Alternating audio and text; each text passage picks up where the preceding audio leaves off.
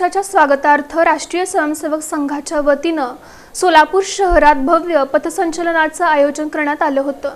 सोलापुरातील दयानंद नगर शाखेतर्फे चैत्र शुद्ध प्रतिपदेनिमित्त आयोजित या संचलनाला 200हून अधिक स्वयंसेवकांनी उत्स्फूर्त प्रतिसाद दिला। पथसंचलनाची सुरुवात दत्त मंदिर परिसरातून झाली। त्यानंतर भाऊकांत चौक, माऊली प्रतिष्ठान, भवानीपेठ, मड्डी वस्ती, वाल्मिकी चौक, म्हामाणे वीटभट्टी, झेंडा चौक, SBI कॉलनी, प्रियांका चौक मार्गे वीर तपस्वी शाळेत या संचलनाचा समारोप झाला। पथसंचलनादरम्यान स्वयंसेवकांनी संघटनेची शिस्त, राष्ट्रभक्ती आणि हिंदू संस्कृतीचं दर्शन घडवलं। संचलनादरम्यान अनेक ठिकाणी नागरिकांनी पुष्पवृष्टी करून स्वागत केलं।